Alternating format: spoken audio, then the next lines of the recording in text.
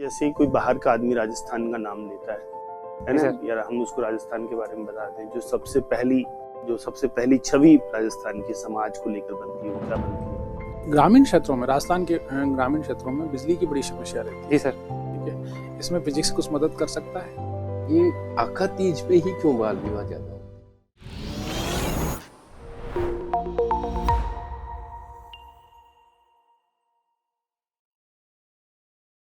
मैं सर, आइए। नमस्ते सर। बैठिए।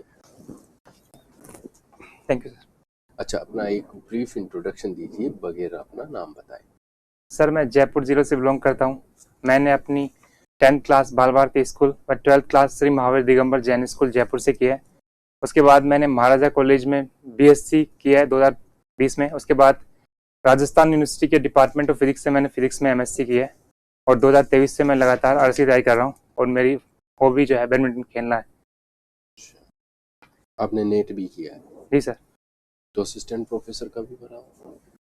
जी सर। फॉर्म यानी टीचिंग में जाना भी आपको एक वैकल्पिक करियर के रूप में मैंने उसको देखा। असिस्टेंट प्रोफेसर की तो अगर आप जाते हैं तो ग्रेड पे तो RS से ज्यादा है वहाँ पे। सर तो असिस्टेंट वैकल्पिक प्रोफेसर क्यों? सर असिस्टेंट प्रोफेसर जो है वो भी एक अच्छा करियर ऑप्शन है, लेकिन सर यहाँ पे सिविल सेवा में सर शिक्षा के अलावा भी कई सारे क्षेत्रों में कार्य करने का मौका मिलता है। वहाँ आप सिर्फ एक पर्टिकुलर फील्ड में ही काम कर सकते हो एजुकेशन में, और वहाँ मोनोटोनस जॉब है सर थोड़ी असिस्टेंट प्रोफेसर। ठीक है, आपने महावीर दिगंबर जैन स्कूल से आपने 12th किया है। कौन थे महावीर? सर महावीर जो थे जैन धर्म के 24वें तीर्थंकर थे। इन्होंने जैन धर्म का व्यापक प्रचार या फिर कह सकते हैं वास्तविक स्थापना में इनका बहुत योगदान था जैन धर्म की। क्या कारण रहा कि 24वें तीर्थंकर के बाद में तीर्थंकर बनना बंद हो गए? सर जैन धर्म में क्या समय को 2 भागों में बांटा गया है, तो हर समय काल में जो है नंबर ऑफ तीर्थंकर जो है वो फिक्स है। तो जैन धर्म के अनुसार अभी जो टाइम चल रहा है उत्सर्पणी टाइम चल रहा है, और जितने तीर्थंकर आने थे वैसे आ चुके हैं, तो वो आखिरी तीर्थंकर थे। अब उसके बाद किसने निश्चित किया कि भाई अब यही काल चलेगा? सर ये उनकी फिलोसफी में है। ये निश्चित किसने किया ये इसका बारे में मुझे कोई आइडिया नहीं सर। अच्छा, पहले तीर्थंकर कौन थे? सर आदिनाथ जी जो थे वो पहले तीर्थंकर थे। आदिनाथ जी। अच्छा, ये आपने लिखा है महावीर दिगंबर। जी सर। तो दिगंबर के अलावा कौन सा इनका? 2 पंथ है सर, एक श्वेतांबर पंथ है। क्या अंतर है इन दोनों में, दिगंबर एवं श्वेतांबर में, और क्यों अलग हो गए ये ऐतिहासिक? सर दिगंबर और श्वेतांबर में जो मुख्य अंतर है वो विचारधारा को लेकर है।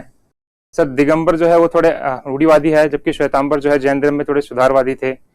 दिगंबर मानते हैं कि महावीर जी थे अविवाहित थे और जो महिलाओं को मोक्ष नहीं मिल सकता, जबकि श्वेतांबर मानते हैं कि महावीर जी थे वो विवाहित थे, उनकी पुत्री भी थी, और जबकि महिलाओं को मोक्ष मिल सकता है। अच्छा, जैन धर्म में एक संथारा प्रथा है। जी सर। तो क्या आप इसे सही मानते हैं? नहीं सर, संथारा को सरकार भी सही नहीं मानती है सर। ये जो है मतलब एक तरह से आत्महत्या की तरह ही। लेकिन ये तो उनके जैसे धर्म से जुड़ा हुआ है और अंतिम क्षणों में जाके ये लोग करते हैं, तो भी गवर्नमेंट इसे सही नहीं मान रही, क्या कारण है? सर आत्महत्या का कोई भी कारण हो, कैसा भी प्रयास हो सर, वो आत्महत्या ही माना जाएगा। वो अन्न जल त्याग करके अपने आप से अगर वो ऐसे उपवास की तरह से करे तो इसमें कोई प्रॉब्लम नहीं है, पर सर प्राण त्यागने के उद्देश्य ही ये व्रत किया जाए तो ये सर गलत।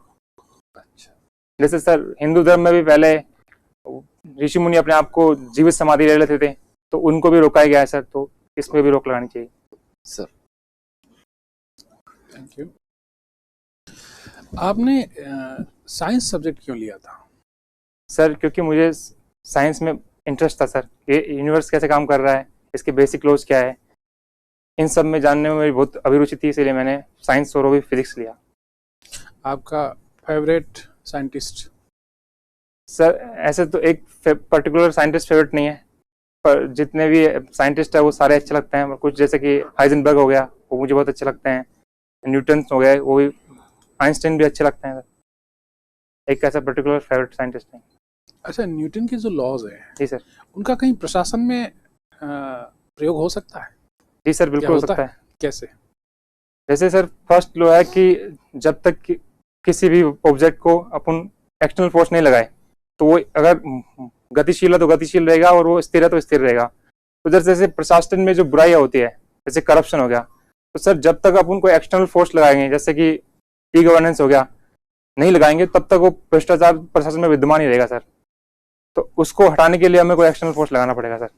और सेकेंड लॉ सर जो कहता है कि force is equal to mass into acceleration. तो सर ये काम आ सकता है कि प्रशासन के जो एक्शंस होते हैं वो कितने इम्पैक्टफुल होंगे। जैसे कि फोर्स को अगर मान ले कि उन एक्शंस का इम्पैक्ट क्या है तो मास को अपन संसाधन देख सकते हैं और जो एक्सेलरेशन है उसको हम देख सकते हैं कितनी स्पीड से काम कर रहे हैं। तो जितने ज्यादा संसाधनों के साथ जितनी ज्यादा स्पीड में वो काम करेंगे तो उनके कार्यों का इम्पैक्ट उतना ही ज्यादा होगा। और थर्ड लॉ सर कहता है कि हर एक्शन का एक रिएक्शन होता है। तो अच्छे प्रशासक की विशेषता ये होती है सर कि वो अपनी हर जो पॉलिसी मेकिंग या जो भी काम कर रहे हैं उन पे जो पब्लिक का रिएक्शन होगा एंटिसिपेशन जो है उसको बेटर करे। तो सर एक बेटर पॉलिसी मेकिंग के लिए सर एंटिसिपेशन में थर्ड लॉ का यूज आता है। Very good. ग्रामीण क्षेत्रों में, राजस्थान के ग्रामीण क्षेत्रों में बिजली की बड़ी समस्या रहती है। जी सर। ठीक है, इसमें फिजिक्स कुछ मदद कर सकता है या जी सर। विज्ञान की मदद कर सकता है? जी सर, फिजिक्स मदद कर सकता है सर। इससे सोलर एनर्जी का बहुत बड़ा योगदान है। अगर अपन सोलर पंप सेट्स या सोलर हाउस में लगाते हैं तो वो यूजफुल होगा बिजली की समस्या को निपटाने के लिए। उसके लिए सरकार की स्कीम्स भी है तो उनका फायदा लिया जाता है। आप जयपुर जिले से हैं। जी सर। जयपुर में कौन कौन सी जनजातियां निवास करते हैं?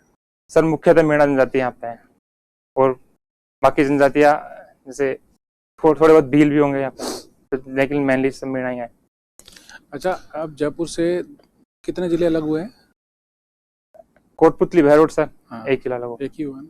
उससे जयपुर के की इकोनॉमिक पे कोई फर्क आएगा?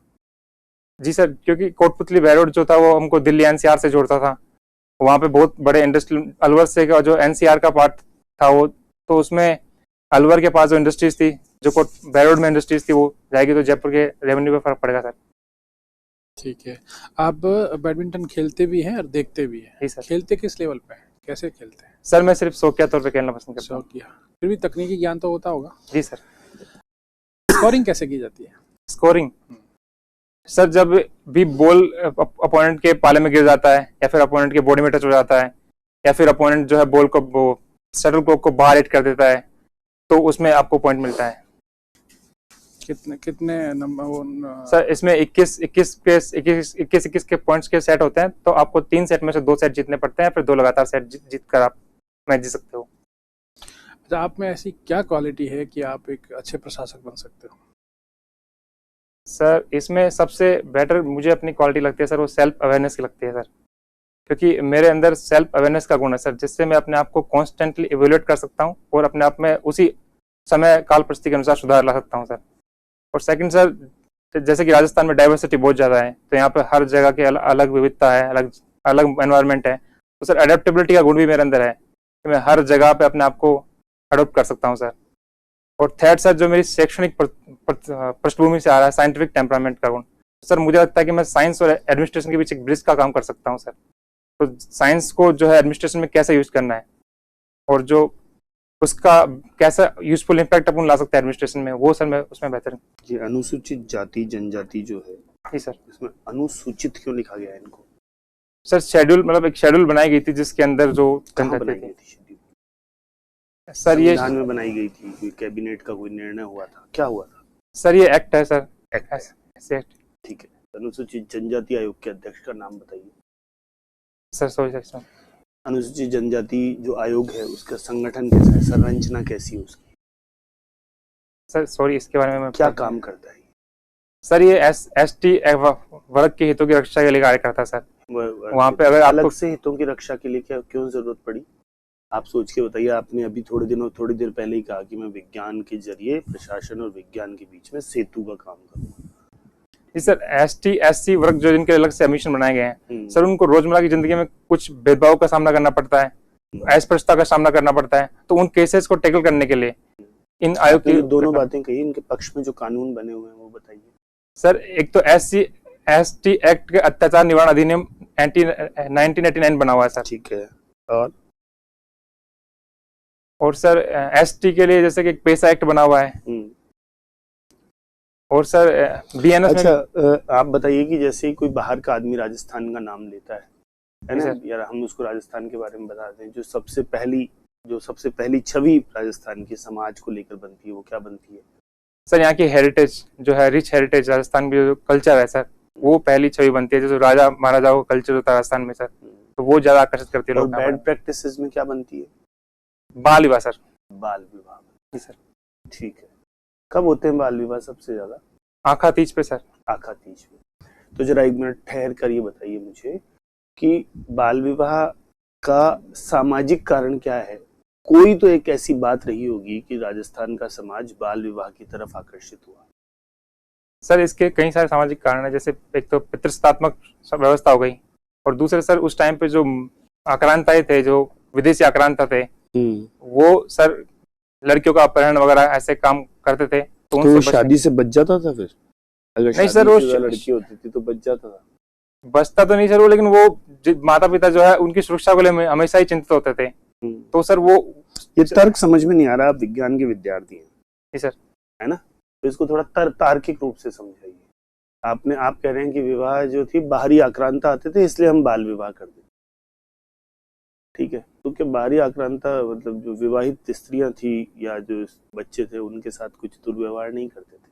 सर वैसे तो ये जस्टिफाइबल नहीं है कि बाहरी आक्रांता आ रहा तो आप जल्दी शादी कर दीजिए, लेकिन सर उस टाइम की सामाजिक परिस्थिति ऐसी थी कि उनको सर। चलिए कोई बात नहीं, आप मुझे ऐसे संस्थान बताइए जो महिला अधिकारों के लिए काम करते हैं। एक तो सर राष्ट्रीय महिला आयोग है, और सर राज्य में बने हुए हैं महिला आयोग बने हुए हैं।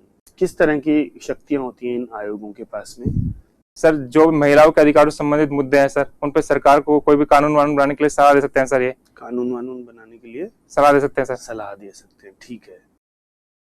और सर जो महिलाओं के अत्याचार वगैरह कोई ऐसा मामला आया है, जैसे अभी स्टैंड अप कॉमेडियंस वगैरह पे टिप्पणियां की गई थी, महिला विरोधी टिप्पणियां की गई थी, तो उनके खिलाफ सर ये संज्ञान ले सकता है, खुद वहां पे नोटिस समन जारी कर सकता है उनके खिलाफ सर, उनको सुनवाई के लिए बुला सकता है। ठीक है। आप बताइए, हमारे यहाँ पे आरक्षण का क्या आधार है? शैक्षणिक और सामाजिक रूप से पिछड़ापन। ठीक है, तो फिर आर्थिक आधारों पे क्यों आरक्षण दिया? 1% लोग तो टैक्स देते नहीं हमारे यहाँ पे। सर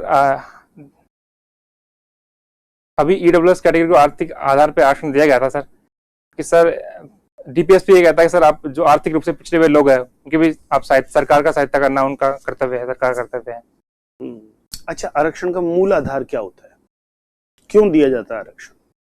सर जो हमारे समाज में जाति प्रथा थी, उसके कारण जो समाज में जो असमता उत्पन्न हुई थी या असमानता उत्पन्न हुई थी सर, उसको खत्म करने के लिए सर आरक्षण दिया जाता ताकि सर उन पिछड़े वर्गों का भी। अच्छा, डॉक्टर बी.आर. अम्बेडकर की जयंती है आज। जी सर। कोई 2 किताबों के नाम बताइए सर। एक तो एनालिसिस ऑफ कास्ट, और एक सर पत्रिका शायद मूक नायक किताब का पता नहीं सर, तो आप श्योर नहीं है?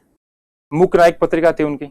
और एक सर एनालिसिस ऑफ कास्ट। में और बुक में क्या फर्क होता है सर? मैगजीन्स और मंथली या फिर ईयरली आ सकते हैं सर, बुक तो सर एक ही बार ले आते हैं। आपने अभी आखा तीज का नाम लिया। जी सर। ये आखा तीज पे ही क्यों बाल विवाह ज्यादा होते हैं? सर आखा तीज पे हमारे यहाँ प्रचलन है कि सर उसमें किसी की भी शादी हो सकती है, उसके लिए कोई मुहूर्त निकालने की जरूरत नहीं पड़ती। तो ये तो वहाँ पे देवउठनी 11 पे भी हो सकता है, और भी पीपल पुन्नी वगैरह पे भी हो सकता है, और भी शिवरात्रि पे भी हो सकता है। तो ये आखा तीज पे ही क्यों करते हैं ज्यादातर?